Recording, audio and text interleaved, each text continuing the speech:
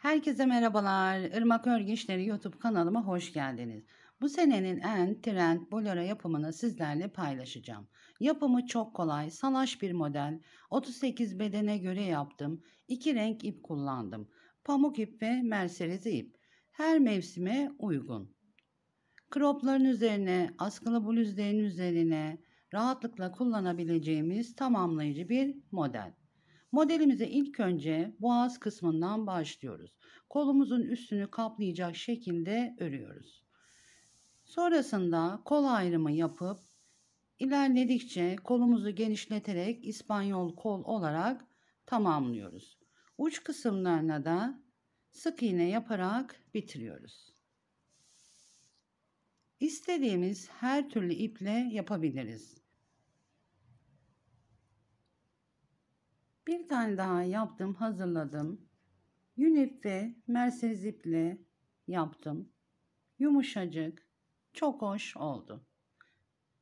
Yapımına başlayalım. Modelimize 2 ayrı iple yapıyorum. Birisi pamuk ip, birisi merserize ince ip. 2 çeşit tığ kullanıyorum. 6 numaralı ve 4,5 numaralı tığ. Pamuk iple başlıyorum. Ekstramızı 6 numaralı tığımı aldım. Bir tane zincir çekiyorum, kilitliyorum. 1 2 3 4 100 adet zincir çekelim. 100 adet zincir çektim. Zincirimi elimle düzleyerek sonuna kadar ilerliyoruz.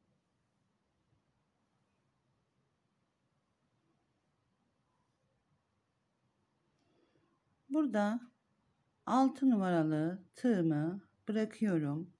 4,5 numaralı tığımı alıyorum. 5 numaralı tığ da olur. İlk zincirin içerisine batırıyorum. İpimi çekiyorum. Kaydırıyorum. Bir zincir çektim. Yanındaki zincirin içerisine batırıyorum. İpimi çekiyorum. Sık iğne yapıyorum. Yanındaki zincirin üstteki ipini alıyorum. İçerisine batırıyorum. Sık iğne yapıyorum. Sık örmüyoruz. Yanındaki zincirin içerisine batırıyorum. Sık iğne yapıyorum. Her zincirin içerisine sık iğne yaparak sıramızın sonuna gelelim. Sıramızın sonuna geldik. Zincirin içerisine batırıyorum, sık iğne yapıyorum. Zincirin içerisine batırıyorum, sık iğne yapıyorum. Son zincirin içerisine de batırdım, sık iğne yaptım. Burası bizim boğaz açıklığı. Salaş bir model. Daha geniş veya düşük omuz yapmak istersek bu açıklığı daha geniş tutabiliriz. Başlangıç noktasına batırıyorum. İpimi çekiyorum, kaydırıyorum. 1 2 3 4 5 6 7 7 zincir çekerek yükseldim. Tığıma bir doluyorum. Bir kez daha doluyorum. Aynı boşluğa batırıyorum. İpimi çekiyorum. Birincisinden tığımı geçiriyorum. İkincisinden tığımı geçirdim. Tığımda 3 tane ilmek var. Üçüncüsünden de geçirip son 2 ilmekten de geçiriyorum. Dörtlü trabzan yapıyorum. Bir zincir çektim. Bir doluyorum. Bir kez daha doluyorum. Sayıyorum. 1 2 3. Üçüncü boşluğa batırıyorum. İpimi çekiyorum. 1 2 3. Son 2 ilmekten de geçiriyorum. Dörtlü trabzan yapıyorum. 1 2 2 zincir çektim. Bir doluyorum. Bir kez daha doluyorum. Aynı boşluğa batırıyorum. Bir tane daha trabzan yapıyorum.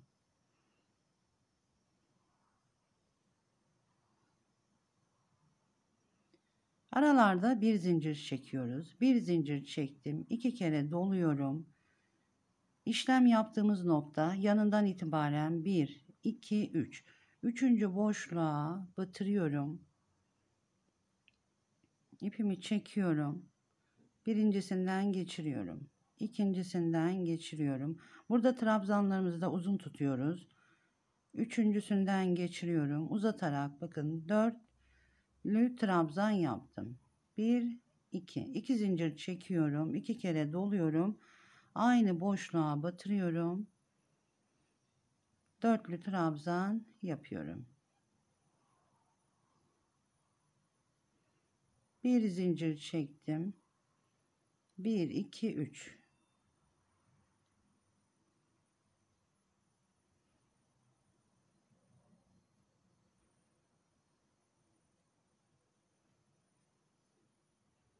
Sıramızın sonuna geldik. Son 3 boşluk kaldı. V'li trabzandan da 33 tane yaptık. 34.sünü son boşluğa batırıyorum. Bir zincir çektim. 2 kere doluyorum. Son boşluğa batırıyorum. 4'lü trabzan yapıyorum. 2 zincir çektim. Tığıma doluyorum. Aynı boşluğa batırıyorum. Bir tane daha 4'lü trabzan yapıyorum. Bir zincir çektim. 1, 2, 3, 4. Dördüncü zincirin içerisine batırıyorum. İpimi çekiyorum. Tığımda 2 tane ilmeğim var. Bekletiyorum. İnce ipimi alıyorum. Arasından geçiriyorum. 1, 2, 3, 4, 5, 6, 7. 7 zincir çektim. Kalın ipimi de çekiyorum, sıklaştırıyorum. Bir doluyorum. Bir kez daha doluyorum. Aynı boşluğa batırıyorum. İpimi çekiyorum. 1, 2, 3, 4. Dörtlü trabzan yaptım. Bir zincir çekiyorum. İp geçişlerimi böyle yapıyorum. İstersek yeni bir başlangıç yapıp ipimizi kesip yeni bir iple başlayabiliriz. Veya aradan yürüterek şu şekilde çizgiler gözükecek şekilde yapabiliriz. Böyle de hoş olur. Bir zincir çektim. 2 kere doluyorum. Yanındaki ve 2 zincir boşluğuna batırıyorum. Dörtlü trabzan yapıyorum. 1, 2 zincir çektim. Tığıma doluyorum. Aynı boşluğa batırıyorum. Dörtlü trabzan yapıyorum. Bir zincir çektim. 2 kere doluyorum. Ara boşluğa batmıyoruz. 2 zincir boşluğu V şeklindeki trabzanların orta boşluğuna batırıyorum.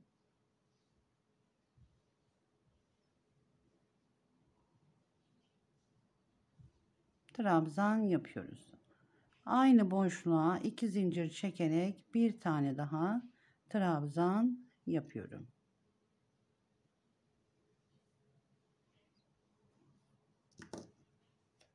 Bu şekilde sıramızı tamamlayalım. İkinci sıramızın sonuna geldik. Son 2 zincir boşluğuna 2 tane dörtlü trabzan yaptım. Başlangıçta 7 zincir çekmiştik. 1, 2, 3, 4. Dördüncü zincirin içerisine batırıyorum. İpimi çekiyorum.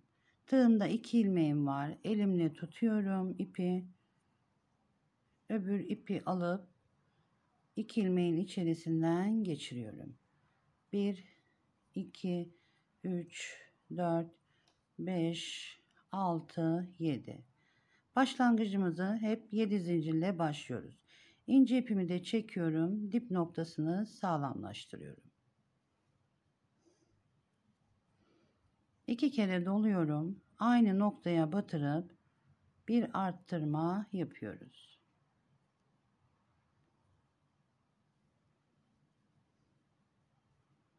Bir zincir çektim. 2 kere doluyorum. Yanındaki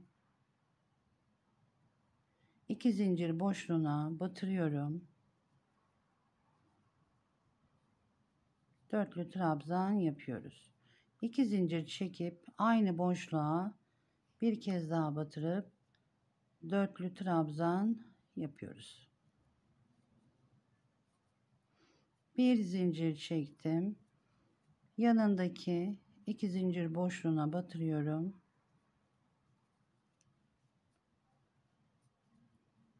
Trabzan yapıyoruz. Koltuk altına gelene kadar bu şekilde ilerliyoruz.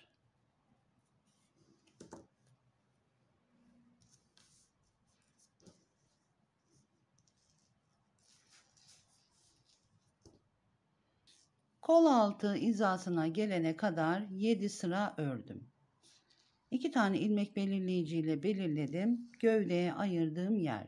Burada ben gövde yapmıyorum. Kolları yapıp devam edeceğim.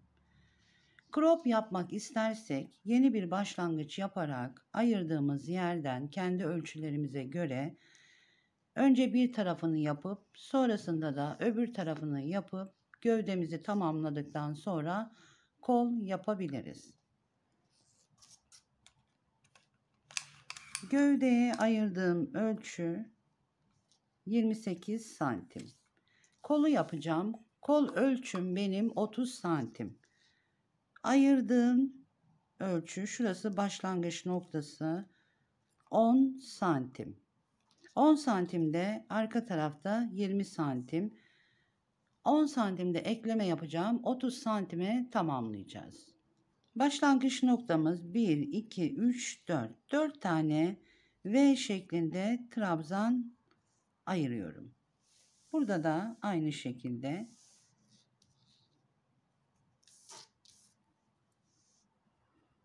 7 zincir çektim. Burada da bir arttırma yapıyorum. 2 kere doluyorum. Aynı noktaya batırıyorum.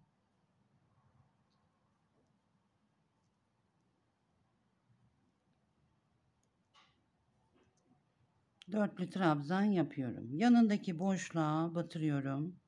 Bir zincir çektim. Boşluğa batırıyorum. 4 tane trabzan ayırmıştık. 1, 2, 3, 4. Başlangıçta da bir tane arttırma yaptık. 5 oldu. 10 santim uzunluğunda zincir çektim. 25 adet benim ölçülerime göre zincir çektim. İlmek belirleyicinin olduğu noktadan birleştireceğim.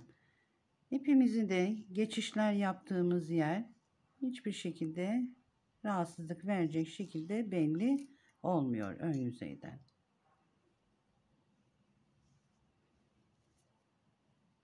Bir, iki, üç, dört. 4 tane ayırmıştık.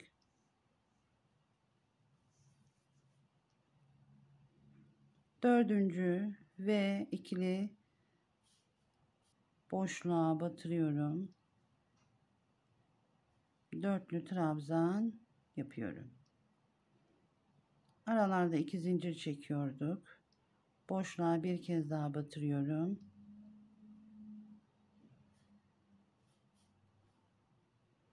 Bir zincir çekip öbür 2 zincir boşluğuna batırıyorum.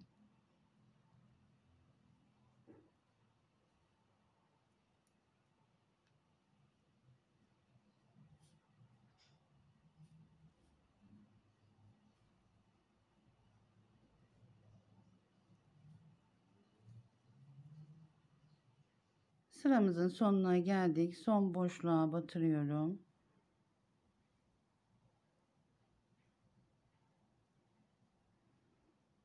Dördüncü zincirin içerisine batırıyorum. 1, 2, 3, 4.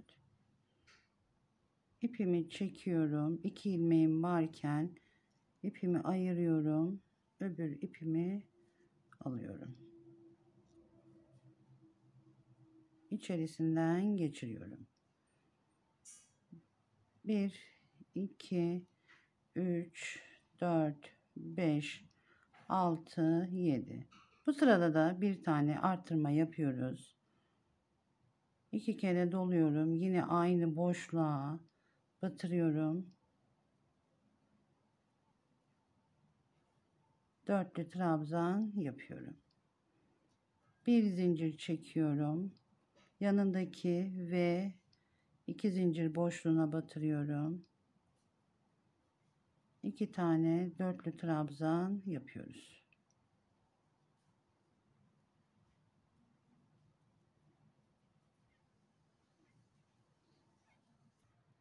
Zincir çektiğimiz yere geldik. 6 tane V oldu. 6 tane de zincir boşluğunda olacak şekilde yapacağız. Bir zincir çektim. İpimiz ince olduğu için 3 zincir değil de 4. zincirin içerisine batıracağım. 1, 2, 3, 4. 2 kere doluyorum. 4. zincirin içerisine batırıyorum. Dörtlü trabzan yapıyorum. 2 zincir çekiyorum. 2 kere doluyorum. Aynı boşluğa bir tane daha batırıp trabzan yapıyorum.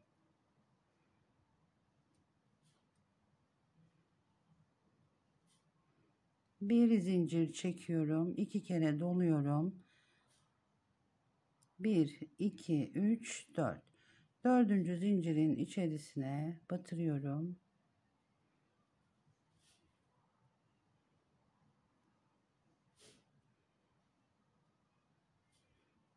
Bir trabzan yaptım. 2 zincir çekiyorum. 2 kere doluyorum. Aynı boşluğa bir tane daha trabzan yapıyoruz.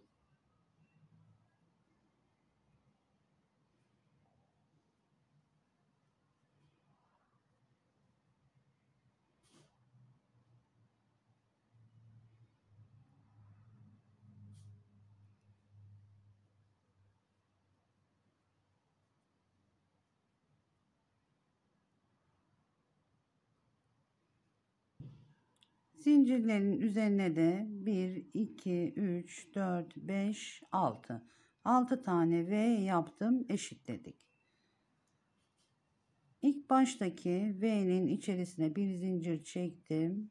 2 kere doluyorum. Boşluğa batırıp trabzan yapıyorum.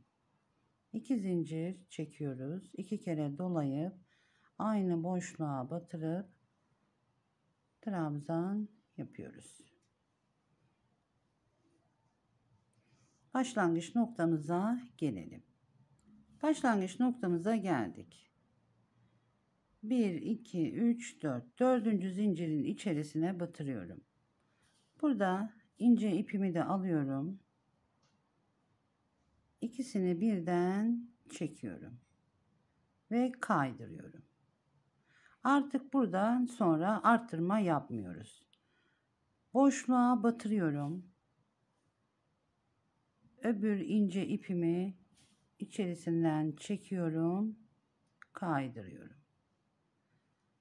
1, 2, 3, 4, 5, 6, 7. 7 zincir çektim. Bu sefer boşluktan başlıyoruz. Tığıma doluyorum. Bir kez daha doluyorum. Boşluğun içerisine batırıyorum. Zincirle beraber 2 tane trabzan oluyor. Bir zincir çektim. 2 kere doluyorum. Ve boşluğuna 2 zincir boşluğuna batırıyorum. Dörtlü trabzan yapıyorum.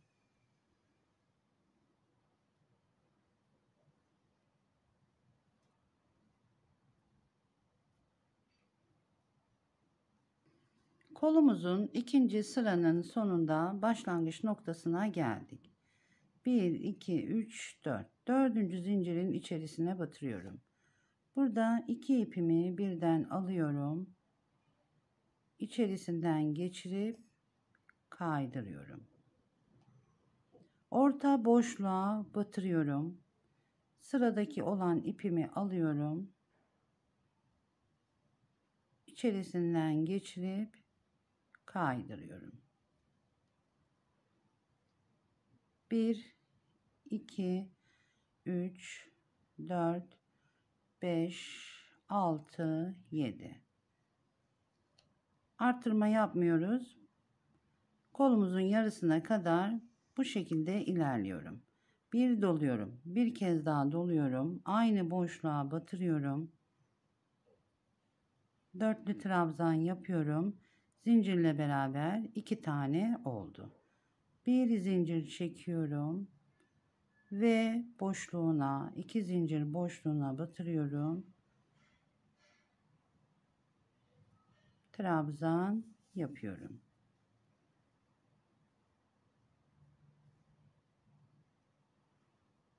Burada dar geliyorsa arttırma yaparak da devam edebiliriz veya daha bol yapmak istersek arttırma yapabiliriz. Ben kolun yarısına kadar arttırma yapmadan ilerleyeceğim. Kolun yarısından sonra da İspanyol kol yapacağım. Burada ölçümünü veriyorum. 15 santim. 15 santimde öbür tarafında 30 santim genişliğinde başlıyoruz. Kolumuzun yarısına gelene kadar arttırma yapmadan ilerledim. 13 sıra ördüm. Bundan sonra arttırma yapacağız. İlmek belirleyicimle son sırayı işaretle belirliyorum. Öbür kolumuzu yaptığımızda yardımcı olacak. Aynı noktadan arttırma yapacağım. Arttırmamızı da daha önceden yaptığımız gibi aynı şekilde yapıyoruz. Dördüncü zincirin içerisine batırıyorum. İpimi çekiyorum. 2 ilmeğin içerisinden öbür ipimi alıyorum. Çekiyorum. 1, 2, 3, 4, 5, 6, 7. 7 zincir çekiyorum. İpimi de alttan çekiyorum. Sıklaştırıyorum. 2 kere doluyorum. Aynı boşluğa batırıp bir tane artırma yapmış oluyoruz. Bir zincir çekiyorum. Yanındaki ve 2 zincir boşluğuna batırıyorum. Dörtlü trabzan yapıyorum.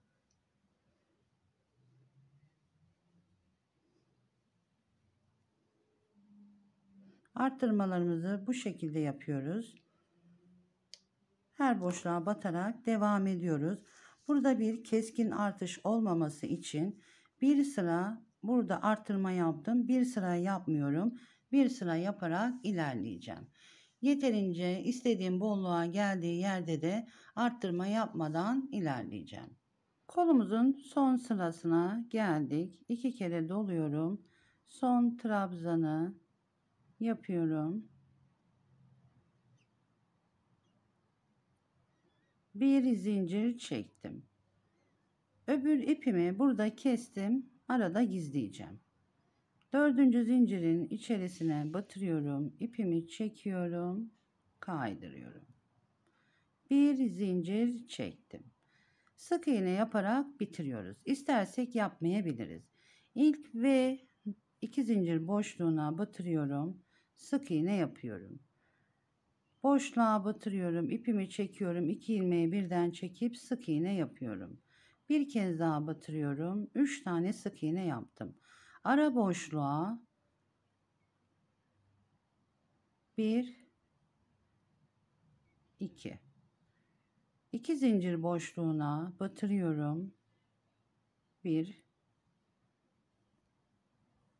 2, 3. 3 sık iğne yaptım.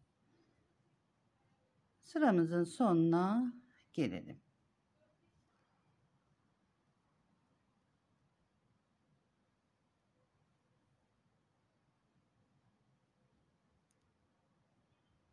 Son boşluğa da 2 tane sık iğne yapıyorum. Başlangıç noktasına batırıyorum. İpimi çekiyorum. kaydırıyorum. Bir zincir çektim. Bir tane daha çekiyorum. Sökülmemesi için burada ipimi kesiyorum. Aralardan da gizliyoruz.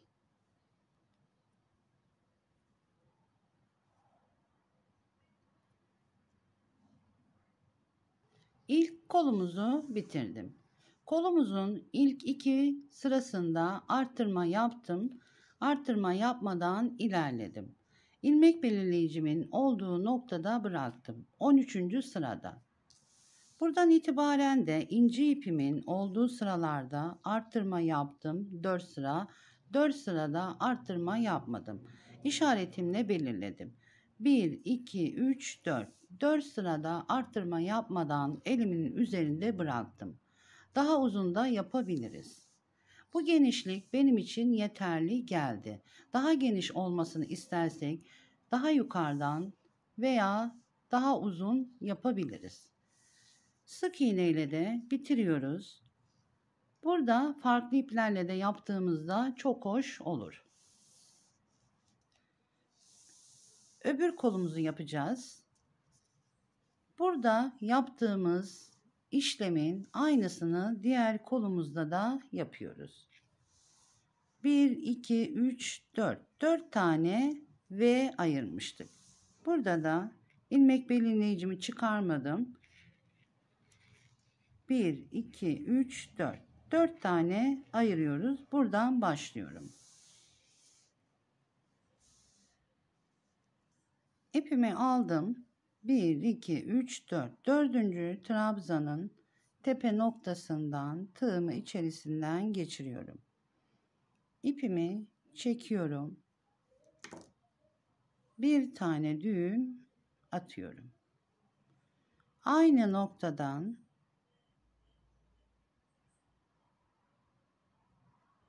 ipimi çekiyorum. 1, 2, 3, 4, 5, 6, 7. 7 zincir çektim. Kolumuzun burada ilk sırada bir artırma yapmıştık. 8 tane V idi. 9 tane oluyor. Bir tane artırmayla beraber. 2 kere doluyorum. Aynı boşluğa batırıyorum. İpimi çekiyorum. Dörtlü trabzan yapıyorum. Bir tane artırma yaptık. Bir zincir çekiyorum.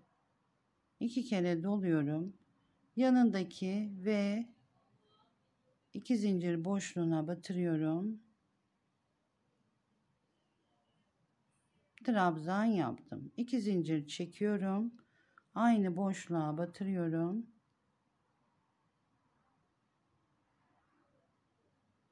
Dörtlü trabzan yaptım. Bir zincir çekiyorum.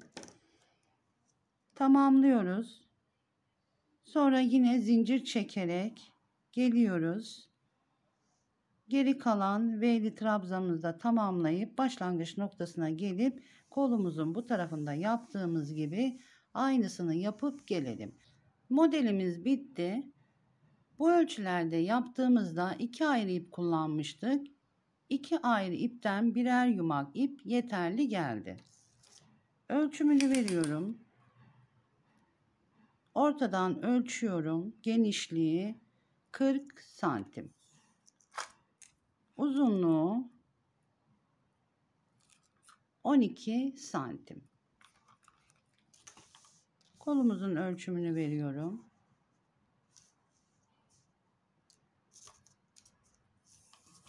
Omuzdan kolumuzun bitimine kadar ölçümüz 55 santim.